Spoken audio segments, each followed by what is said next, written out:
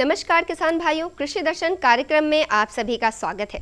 कृषि की तमाम नई जानकारियों के साथ हम आपके सामने मौजूद हैं। किसान भाइयों, तो चलिए कार्यक्रम की शुरुआत करते हैं कृषि समाचार से और देखते हैं कृषि जगत में हो रही नई हलचल को। नमस्कार, खबरें खेती में आपका स्वागत है। मैं हूं रूपम। आइए एक नजर डालते हैं आज क्या है खास कृषि समाचार में। धान की फसल में खरपतवार प्रबंधन है बेहद जरूरी। भिंडी के उन्नत प्रभेद का करे चयन, बढ़ेगा मुनाफा। पशुपालन एवं डेयरी व्यवसाय से भारती श्रीवास्तव को मिली एक अलग पहचान। बिहार सरकार ने राज्य में मत्स्य पालन को बढ़ावा देने के लिए मुख्यमंत्री समेकित चौर विकास योजना की शुरुआत की है। इस योजना के माध्यम से किसानों को मत्स्य पालन करने के लिए तालाब निर्माण करवाने पर 70% तक का अनुदान दिया जाएगा।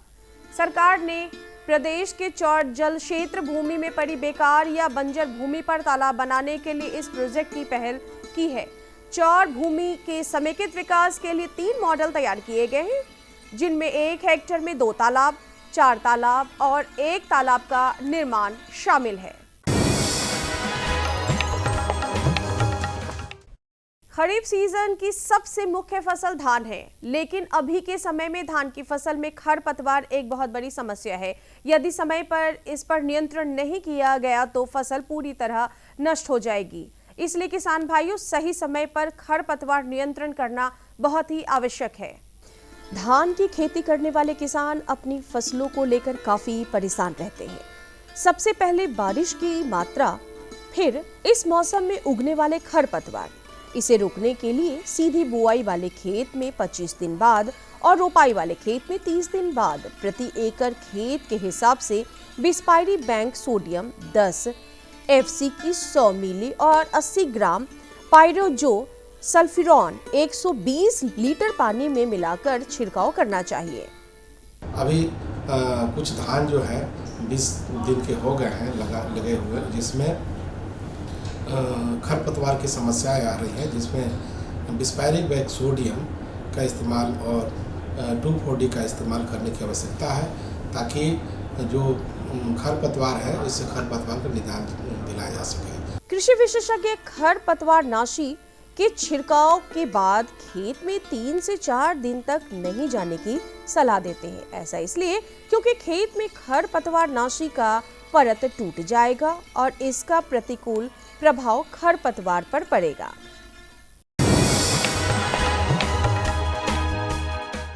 बेहतर तकनीक में आज हम बात करेंगे मधुमक्खी पालन की। किसान भाई, मधुमक्खी पालन कम लागत में अधिक मुनाफा देने वाला घरेलू उद्योग है। बिहार में औसतन एक वर्ष में एक बक्से में 50 से 60 किलो शहद का उत्पादन होता है। अभी बरसात के मौसम में सबसे जरूरी है मधुमक्खियों का प्रबंधन। इसके लिए किसान भाई सप्ताह में 3 दिन आधा पानी या आधा शहद मिलाकर चाशनी बनाकर मधुमक्खियों को भोजन के रूप में दें। इसके अलावा बक्से को पानी वाले स्थान से दूर रखें ताकि मधुमक्खियों की संख्या बनी रहे। किसान भाइयों, हरी सब्जियों में भिंडी पसंदीदा सब्जियों में एक है। बाजार में मांग और भाव के अनुसार भिंडी की खेती करने वाले किसान अच्छा मुनाफा प्राप्त कर रहे हैं, लेकिन ज्यादा मुनाफा उन्हीं किसानों को मिल रहा है जिनका उत्पादन बेहतर हो रहा है। बेहतर उत्पादन के लिए उन्नत प्रभेद की भिंडी आवश्यक है। परवन क्रांति, पूसा सावनी, अर्कानामिका, पंजाब 7 भिंडी के उन्नत प्रभेद है। बेहतर उत्पादन और मुनाफा चाहते हैं तो किसान भाई आप इन्हीं किस्मों को अपनाकर भिंडी की खेती करें।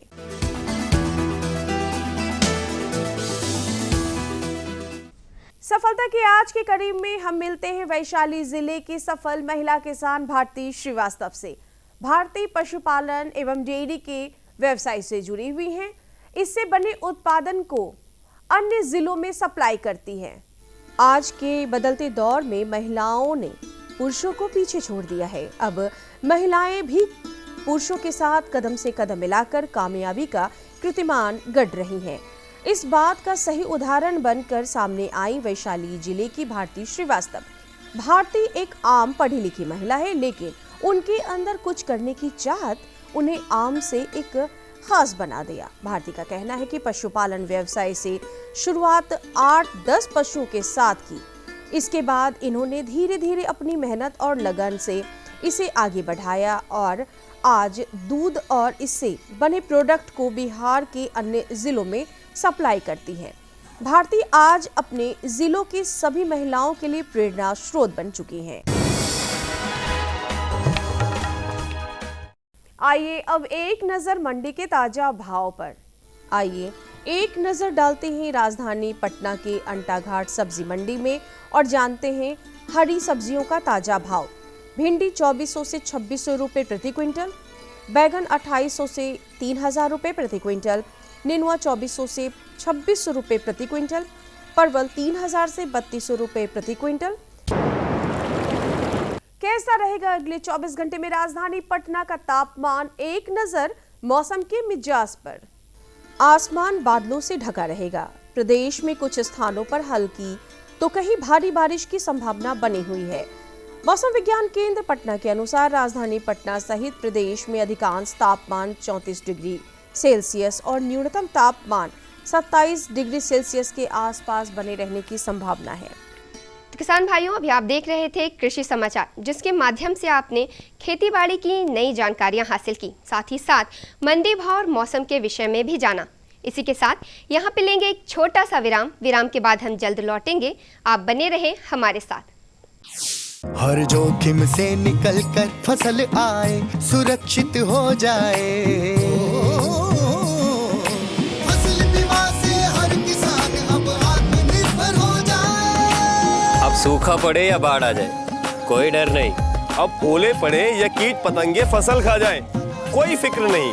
अब कैसी भी आपदा हमारी फसल पे आ जाए, क्षति होने पर हमारे दावों का उचित भुगतान मिलता है, क्योंकि हमने लिया है प्रधानमंत्री फसल बीमा। बुआई से फसल कटाई तक हर जोखिम का दावा, न्यूनतम प्रीमियम पर अधिकतम भुगतान का वादा। योजना से हर साल जुड़ रहे हैं 5 करोड़ से ज्यादा किसान। अब आपकी है बारी। नजदीकी कृषि कार्यालय, सहकारी समिति, बैंक शाखा, अधिकृत बीमा कंपनी या जन सेवा केंद्र में स्वेच्छा से करा सकते हैं पंजीकरण। फसल बीमा पोर्टल या फसल बीमा ऐप द्वारा भी किया जा सकता है पंजीकरण। प्रधानमंत्री फसल बीमा योजना, आपकी फसलों का संपूर्ण सुरक्षा कवच। कृषि एवं किसान कल्याण मंत्रालय, भारत सरकार। विराम के बाद आप सभी का एक बार फिर से स्वागत है कार्यक्रम कृषि दर्शन में। कीटों एवं रोगों के प्रकोप से फसल नष्ट होने लगते हैं और उत्पादन में कमी आती है, इसलिए ज़रूरी है कि समय रहते हम इनका प्रबंधन अवश्य कर लें। किसान भाइयों, जैसा कि आप जानते हैं कि अभी खरीफ फसलों का समय चल रहा है, तो आज हम जानेंगे कि खरीफ सब्जियों में कीट एवं रोग प्रबंधन कैसे किया जाए। इस विषय में हमें जानकारी दे रहे हैं हमारे कृषि विशेषज्ञ डॉक्टर प्रमोद कुमार।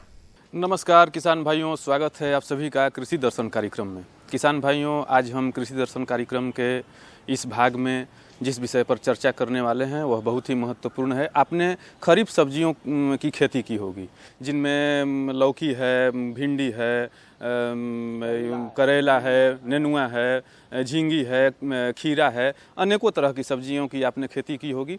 और लेकिन खरीफ जो सब्जियां होती हैं उनमें कीट व्याधि का प्रकोप ज़्यादा होता है और कीट व्याधि का प्रकोप ज़्यादा होने से फसल पर, उत्पादन पर प्रभाव पड़ता है। तो जी हाँ किसान भाइयों, आज इसी विषय पर कि खरीफ सब्जियों में कीट व्याधि एवं उनका रोग प्रबंधन, इस विषय पर बातचीत करने के लिए हमारे साथ मौजूद हैं डॉक्टर प्रमोद कुमार, जो संयुक्त निदेशक हैं पौधा संरक्षण विभाग, बिहार सरकार, पटना में। सर, कृषि दर्शन कार्यक्रम में आपका हार्दिक स्वागत है। सर, खरीफ सब्जियों में जो कीट व्याधि जो लगते हैं उनका हमारे किसान भाई प्रबंधन क्या करें एवं उनसे क्या क्या हानियां होती हैं? सबसे पहले किसान भाई यह मैं बताना चाहता हूं कि खरीफ मौसम में कीट व्याधि अधिक लगता क्यों है। इसलिए लगता है कि कीट व्याधि के जनन करने के लिए उचित तापमान इसमें मिलता है, उचित ह्यूमिडिटी मिलता है और बारिश मिलता है। यही तीनों कारण जो है, इसका कारण है खरीफ फसल में, लत्तर वर्गीय फसल में कीट और व्याधि का प्रकोप होना। तो सबसे पहले मैं जब कीट की बात करूं तो खरीफ लत्तर वाली सब्जी में सबसे प्रमुख कीट है फल मक्खी, जिसको फ्रूट फ्लाई कहते हैं। फल मक्खी की पहचान जो है एक घरेलू मक्खी के तरह से होता है। ये करता क्या है, ये इसके फीमेल कीट मादा कीट जो है वो विपोजिटर होता है, सुई के जैसा अंग होता है, उसको गुद्दे में छेद कर देता है और फिर वहीं पर अंडा दे देता है, 4-5 अंडा। अंडा से 2-3 दिन में पिल्लू निकलता है और वही पिल्लू जो है गुद्दे को खा करके बर्बाद कर देता है, उसका बाजारू वैल्यू कम कर देता है। तो ये फल मक्खी है। और दूसरा कीट जो है उसको कहते हैं रेड पंपकिन बिटिल, हिंदी में कहते हैं लाल कद्दू भृंग। ये देखने में लाल होता है, देखने में लाल होता है और इसके जो शिशु होते हैं वो रूट को, लत्तर वाली सब्जी के रूट को, जड़ को खाता है, जबकि इसका वयस्क जो होता है वो पत्ती को खाता है, फूल को खाता है, डंठल को खाता है। ये 2 अति महत्वपूर्ण कीट हैं जो कि फसल के लत्तर वाली सब्जी में लगते हैं भाई किसान बंधु। तो अब हम फ्रूट फ्लाई का प्रबंधन कैसे करेंगे? तो इसके लिए fruit fly life time trap होता है जिसका कीमत 200 रुपया होता है।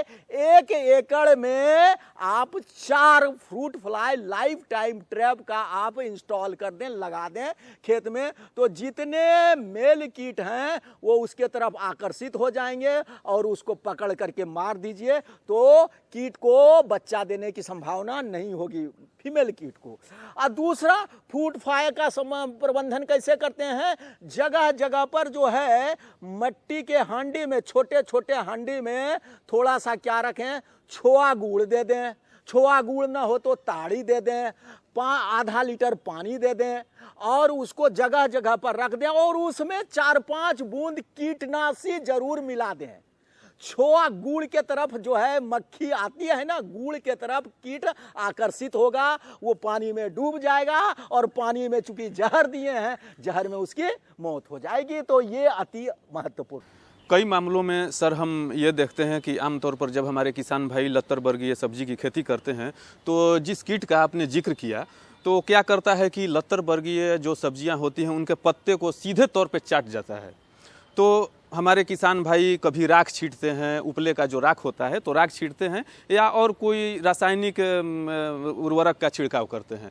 तो सर इससे छुटकारा दिलाने के लिए हमारे किसान भाइयों को आपका क्या सलाह है और हमारे किसान भाई किस तरह का उपचार करें कि ज़्यादा से ज़्यादा लाभ उनको और ये सब्जी का उत्पादन प्राप्त? चूंकि सब्जी को हर दिन तोड़ा जाता है, हर एक 3 दिन पर तोड़ा जाता है, 4 दिन पर तोड़ा जाता है, इसलिए हम किसान भाई को कहेंगे कि bio pesticide, green pesticide, soft pesticide, नीम पर आधारित पेस्टिसाइड 1500 ppm का 5 ml प्रति लीटर पानी में मिला करके छिड़काव करेंगे तो लाल कद्दू भृंग से आपके लत्तर वाली सब्जी को सुरक्षा मिल जाएगी।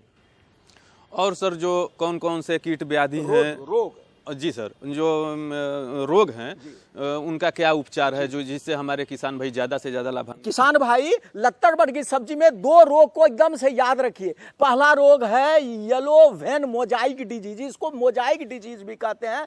पत्तियां जो है पीली हो जाती है, पत्तियां के जो रेशे होते हैं वो पीले हो जाते हैं और पीले होकर के वो मर जाते हैं। यह वायरल जनित रोग है, इसलिए इसके प्रबंधन के लिए क्या करिए, वायरस को मारिए। वायरस को मारना है कैसे? तो उसका वायरस का कैरियर होता है, मक्खी होता है, जेसीड होता है, उसको मारिए तब वायरस मर जाएगा। उसके मारने के लिए आप जो है कोई सकिंग सिस्टेमिक कीटनाशी जैसे इमिडाक्लोरोपिड 17.8 SL का 1 ml 3 लीटर पानी में मिला करके आप छिड़काव करेंगे तो वायरस के रोग के जो वाहक होते हैं कीट वो मर जाएंगे। खरीफ सब्जियों में बात करते हैं सर फूल गोभी की, जो दशहरे के टाइम में प्रचुर मात्रा में बाजार में उपलब्ध होता है, तो उनमें भी फूल गोभी में भी बहुत से कीटों का प्रकोप देखने को मिलता है। तो सर हम अपने किसान भाइयों तक इसका उपचार पहुंचाना चाहेंगे कि फूल गोभी में कीट का प्रकोप नहीं हो, इसका सर उपचार क्या? इसमें सबसे बड़ा कीट जो है फूल गोभी में वो आपका फली छेदक कीट है। फली छेदक कीट जो है फूल में छेद करके उसके गांठ को बर्बाद कर देता है। तो इसके प्रबंधन के लिए भी मैं बार बार कह रहा हूं कि नीम बेस्ड पेस्टिसाइड जो भी आते हैं उसका 5 ml से 7 ml प्रति लीटर पानी में मिला करके आप छिड़काव करें तो उससे समस्या समाप्त हो जाएगी। और जहां तक रोग का बात है, फूल गोभी में रोग है तो उसमें डायमंड बैक मॉथ, हीरक पीत पतंगा रोग की बात है तो रोग में जो है हमारा बोरान की कमी है, वे माइक्रोन्यूट्रिएंट्स की कमी के कारण होता है, उसका गांठ ठीक नहीं होता है। तो आज 5% बोरान का छिड़काव करें, जिसमें फूल गोभी का फूल छोटा हो तो अच्छी तरह से आपको गांठा बड़ा फल मिलेगा। भाई साहब, जो हमारे किसान भाई खरीफ सब्जियों की खेती किए हैं उनको विशेष तौर पे क्या सावधानी बरतनी चाहिए ताकि उनका उत्पादन ज़्यादा से ज़्यादा उन्हें प्राप्त हो सके, इसके बारे में सर विस्तार से आप जी। मैं ये कहना चाह रहा हूं कि हे किसान भाई, जो भी खेत जाए, किसान भाई आप हर दिन खेत जाएं, you go to the field and talk to the plant. प्रत्येक दिन खेत जाएं और देखें किसी तरह का अवगुण तो नहीं दिखाई दे रहा है, पौधा पीला तो नहीं हो रहा है, लाल तो नहीं रहा। और जैसे ही आप इस तरह का देखें, लक्षण देखें, तत्पश्चात तुरंत ही पौधा संरक्षण पदाधिकारी या कृषि वैज्ञानिक से मिलकर उसका उपचार को ढूंढें और तदनुसार उपचार करें। तो देखा किसान भाइयों, जैसा कि अभी हमारे विशेषज्ञ ने बतलाया कि कुछ छोटी छोटी सावधानियां हैं, उनको अपनाकर आप खरीफ सब्जियों में ज़्यादा उत्पादन प्राप्त कर सकते हैं। इतनी अच्छी जानकारी देने के लिए हम अपने विशेषज्ञ का धन्यवाद अपने विशेषज्ञों को देते हैं। सर, कृषि दर्शन कार्यक्रम में आने के लिए आपका बहुत बहुत धन्यवाद। तो किसान भाइयों, अभी आपने जाना कि खरीफ फसलों में, खरीफ सब्जियों में कीट एवं रोग प्रबंधन कैसे किया जाए। इसी के साथ चलिए चलते हैं कार्यक्रम के अगले भाग में, जहां हम बात करेंगे मत्स्य पालन से जुड़ी। मत्स्य पालन में आहार का बहुत ही महत्वपूर्ण स्थान होता है, इसलिए आज हम जानेंगे कि मत्स्य आहार प्रबंधन कैसे किया जाए। ये जानकारी हमें दे रहे हैं हमारे कृषि विशेषज्ञ पूजा कुमारी। किसान भाइयों नमस्कार, कार्यक्रम कृषि दर्शन में आपका स्वागत है। किसान भाइयों, मछली पालन एक बेहद लाभदायक व्यवसाय हो सकता है अगर इसका सही आहार प्रबंधन हम लोग करें। मछलियों में सही आहार प्रबंधन का क्या महत्व है और कैसे आहार प्रबंधन हो ताकि मछली पालन बेहतर हो सके और आपको ज़्यादा से ज़्यादा लाभ मिल सके, इस विषय पर जानकारी देने के लिए आज हमारे साथ है विशेषज्ञ के रूप में मीठापुर मत्स्य प्रशिक्षण और प्रसार केंद्र की जूनियर लेक्चरर पूजा कुमारी जी। पूजा जी, आपका हमारे कार्यक्रम में बहुत बहुत स्वागत है। सबसे पहले आप हमारे किसान भाइयों को बताएं कि मछली पालन में आहार प्रबंधन का क्या महत्व है। मछली पालन 3 मुख्य बिंदुओं पर केंद्रित है, सीड, फीड और ब्रीड। यानी कि आप कैसा बीज रखते हैं, कौन सी प्रजाति का पालन करते हैं और किस प्रकार का आहार खिलाते हैं। इन 3 बिंदुओं में सबसे महत्वपूर्ण मेरे दृष्टिकोण से आहार प्रबंधन है। किसान भाइयों, आपकी पूर्ण लागत का 60 से 70% जो व्यय है, 60 से 70% का जो खर्च है वो आहार पर ही जाता है। तो 70% कॉस्ट जिस चीज़ पर निर्भर है उसका प्रबंधन किया जाना सबसे ज़्यादा आवश्यक है। इसीलिए मैं मानती हूँ कि किसान भाइयों को ये पता होना चाहिए कि आहार प्रबंधन कितना महत्वपूर्ण है। चाहे आप किसी भी प्रजाति का पालन करें, आप कार्प्स का पालन करें या पंगेशियस का पालन करें या मांगुर का पालन करें, स्कैम्पी का पालन करें, आप किसी भी प्रजाति का पालन करें, अगर व्यावसायिक दृष्टिकोण से उनका पालन कर रहे हैं तो आहार के बारे में बेहतर जानकारी होनी बहुत ही आवश्यक है। पूजा जी, आपने कहा कि मत्स्य पालन में आहार की जानकारी होना बहुत ज़रूरी है किसान भाइयों को, और इसीलिए हम लोग कृषि दर्शन में आज का यह कार्यक्रम रखा है आपसे बातचीत के लिए। तो जो हमारे किसान भाई हैं, किस तरह का आहार दें? आहार 2 तरह का, एक तो बाज़ार में आ गया है बहुत सारा कमर्शियल जो बिक रहा है डब्बा बंद, और दूसरा क्या घर में भी कुछ ऐसे अन्न हैं जिसको मिला करके मछलियों के लिए उत्तम आहार बनाया जा सकता है?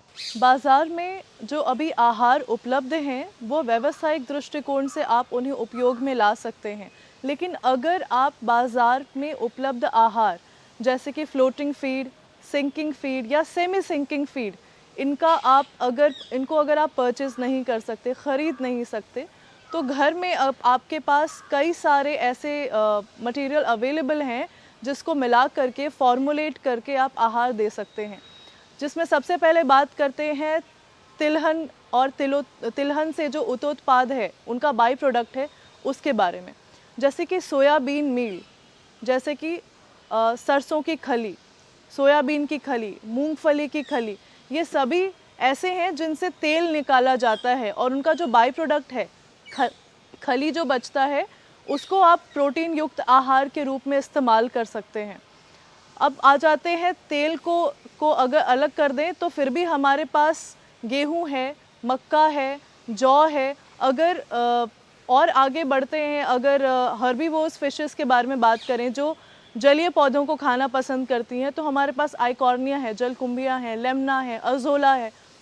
तो किसानों के पास हमारे पास बहुत सारी वैरायटीज़ हैं, नेचुरली अवेलेबल भी और जो बाज़ार में फ्लोटिंग फीड अवेलेबल है वो भी। वो चाहें तो उसको फॉर्मुलेट करके अपना फीड खुद बना सकते हैं।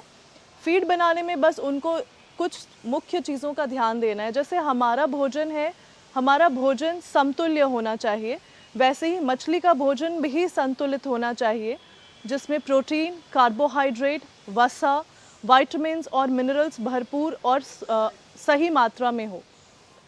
जैसे हमारा भोजन पैलेटेबल होना चाहिए, रुचिकर होना चाहिए, वैसे ही मछली का भोजन भी पैलेटेबल या रुचिकर होना चाहिए। हमारा भोजन सुपाच्य होना चाहिए, मछली का भोजन भी डाइजेस्टेबल होना चाहिए, सुपाच्य होना चाहिए। तो कुछ छोटी छोटी बातें हैं जिनको ध्यान में रख के किसान चाहें तो अपना फीड खुद फॉर्मुलेट करके मछलियों को दे सकते हैं। आपने बोला कि जिस तरह हम आदमी लोग जिस तरह सुपाच्य भोजन करना चाहते हैं, रुचिकर भोजन करना चाहते हैं, टेस्टी हो, सुपाच्य हो और फ़ायदेमंद हो, उसी तरह मछली का भी भोजन होना चाहिए। तो क्या करें हम, जो घर में उत्पादन हो रहा है, जैसे आपने बोला कि जलकुंभीय पौधा है, जलीय पौधा, मकई, गेहूं और एक खली है मूंगफली का, सरसों का या सोयाबीन का, तो कैसे तैयार करें? भोजन तैयार करने की क्या विधि होनी चाहिए जो मछलियों के लिए रुचिकर हो? अगर लोकली अवेलेबल आपके पास जो भी मटेरियल है, चाहे वो सोयाबीन की खली हो, सरसों की खली हो, राइस ब्रान हो, मूंगफली की खली हो, मक्का है, जौ है, अगर उनको फॉर्मुलेट करना है तो इन चीज़ों का ध्यान देना है कि जितने भी तिलहन के उत्पाद हैं, बाई प्रोडक्ट्स हैं, उनमें प्रोटीन की मात्रा अधिक है। आमतौर पर किसान सरसों की खली और कार्बोहाइड्रेट के लिए राइस ब्रान का इस्तेमाल किया जाता है। राइस ब्रान में कुछ पोर्शन आपका वसा का भी होता है। विटामिन और मिनरल्स को अगर सही रखना है तो बाज़ार में खनिज यानी कि मिनरल मिक्सचर अवेलेबल है। आप 4 से 10 ग्राम मिनरल मिक्सचर उसमें मिक्स करके आप फीड बना सकते हैं और इस प्रकार से फीडिंग कर सकते हैं। अब जब फीड खुद फॉर्मुलेट कर रहे हैं तो फीड में मॉइस्चर कंटेंट भी ज़्यादा होगा, यानी कि नमी ज़्यादा होगी, फीड तुरंत तालाब की तलहटी में चला जाएगा। फ्लोटिंग फीड में स्विच करने के लिए यही सबसे बड़ा कारण है कि फ्लोटिंग फीड जब हम तालाब में देते हैं तो ये बहुत देर तक हाँ बिल्कुल, तालाब की ऊपरी सतह पर बहुत देर तक तैर रहा होता है, क्योंकि इसे एक्सट्रूजन और पफिंग टेक्निक से बनाया गया है। वो जल्दी नीचे सिंक नहीं करते, जिससे बहुत देर तक मछलियों को भोजन उपलब्ध होता है। खुद फॉर्मुलेट करने से थोड़ा अपने पास भी किसानों को protein, carbohydrate, fat, vitamin, mineral, इनका जो मिक्सचर है वो रेगुलेट करने में थोड़ी कठिनाई हो सकती है। इसीलिए अगर व्यावसायिक दृष्टिकोण से आप पालन करते हैं तो सुझाव यही है कि कमर्शियल फीड्स पर स्विच कर लिया जाए, यानी कि बाजार से जो मिल रहा है उस पर ध्यान दिया जाए। अच्छा, आपने बताया कि कमर्शियल फीड पे चाहे कोई भी खाना दे, तो खाना देने का समय क्या होना चाहिए, कब कब दे, मछलियों को कितना आहार दे, इस विषय पर हमारे किसान भाइयों को बताएं। मछलियों का आहार प्रबंधन में किस समय उन्हें भोजन देना है ये प्रजाति पर निर्भर करता है। अब जैसे कि कार्प के बारे में अगर बात कर रहे हैं तो कार्प प्रजातियां डायर्नल फीडर्स हैं, यानी कि दिन भर में उनका भोजन दिया जाता है। तो आप चाहें तो सुबह 6 से 7 के बीच में एक बार फीडिंग करा लीजिए और फिर शाम को 5 से 6 के बीच फीडिंग करा लीजिए, दिन में 2 बार। अब पंगेशियस के बारे में जब बात करते हैं, यानी जासर मछली, पंगास, प्यासी, जो भी आप कॉमन या लोकल भाषा में कहते हो, पंगेशियस को भी 2 बार फीडिंग करा सकते हैं। लेकिन अगर आपका प्रबंधन अच्छा है, आप चाहते हैं कि पर किलो बायोमास के हिसाब से या शारीरिक भार के हिसाब से आप 3 बार में भोजन देना चाहते हैं तो वो भी कर सकते हैं। सुबह के 9 बजे, दोपहर के 12 बजे, फिर शाम को अगर आप चाहें तो पंगेशियस 2 बार भी फीडिंग कराएं, कोई दिक्कत नहीं है। अब अगर स्कैम्पी के बारे में बात करें, झींगा के बारे में बात करें, तो उसे 4 बार भोजन कराना है। सुबह, दोपहर, शाम, रात। सबकी टाइमिंग्स है, फीडिंग चार्ट है। प्रशिक्षण केंद्र में जो किसान आते हैं, आहार प्रबंधन पढ़ाते वक्त हम इन सारी चीज़ों को विशेष रूप से कवर करते हैं। तो जी, फीडिंग इसी प्रकार से करानी चाहिए। जी, बहुत अच्छी जानकारी आपने हमारे किसान भाइयों को दी। और क्या विशेष सलाह देना चाहेंगी संक्षेप में? संक्षेप में मैं ये कहना चाहूँगी कि फीड फॉर्मुलेशन, फीड मैनेजमेंट आपके पूरे क्रॉप का बहुत बड़ा हिस्सा है। प्रत्येक किलो मछली कितना किलो फीड लेकर के बढ़ रही है, ये आपका FCR होता है, यानी कि फूड कन्वर्जन रेशियो। ये फीड मैनेजमेंट में बहुत ही इम्पॉर्टेंट एस्पेक्ट है कि अगर आपका FCR 1.3 है, यानी कि 1 kg मछली की बढ़त के लिए 1 किलो 300 ग्राम फीड आपको खिलाना पड़ा है। FCR जितना ज़्यादा होता जाएगा, फीड पर उतना ज़्यादा कीमत आपका लगता जाएगा। अगर आपका आहार प्रबंधन बेहतर है, पानी के पैरामीटर्स अच्छे हैं, मछलियाँ हेल्दी हैं, तालाब अच्छा है, तो पंगेशियस के केस में आपका FCR 1.3 से 1.5 तक जाएगा, यानी 1.3 से 1.5 तक। कार्प की बात करें तो 1.5 से 1.8 तक जाएगा। मागुर की बात करें तो FCR थोड़ा ज़्यादा हो जाता है, 2 के आसपास हो जाता है। तो आपका फीड ऐसा होना चाहिए कि आपका FCR मेंटेन रहे। और FCR का ये कतई मतलब नहीं है कि फलां कंपनी का हमने फीड खिलाया तो इतना FCR मिल रहा है। FCR सिर्फ फीड पर डिपेंडेंट नहीं है। FCR आपके तालाब का जो फिजिकल केमिकल पैरामीटर है, यानी भौतिक और रासायनिक गुण हैं, उस पर भी डिपेंडेंट है, आपकी मछली के हेल्थ पर भी डिपेंडेंट है और आपके प्रबंधन पर भी डिपेंडेंट है। अगर सारी चीज़ें ठीक हैं तो आप अच्छा FCR ऑब्टेन कर लेंगे। तो किसान भाइयों, हमारे विशेषज्ञ पूजा कुमारी ने मछलियों में आहार प्रबंधन के बारे में विस्तार से जानकारी दी। उम्मीद है आप इनके सुझावों से लाभ उठाएंगे। पूजा जी, आपने हमारे किसान भाई को इतनी अच्छी जानकारी दी, इसके लिए आपका बहुत बहुत धन्यवाद। तो किसान भाइयों, आज के कार्यक्रम में हमने आपको खेती बाड़ी की कुछ विशेष और विस्तृत जानकारियाँ दी। उम्मीद है ये जानकारियाँ आपके लिए लाभकारी रही होंगी। अगले अंक में कृषि से जुड़ी कुछ और नई जानकारियाँ लेकर हम फिर से हाजिर होंगे। तब तक के लिए आप मुझे और हमारी पूरी टीम को दीजिए इजाज़त। नमस्कार। हमारा पता है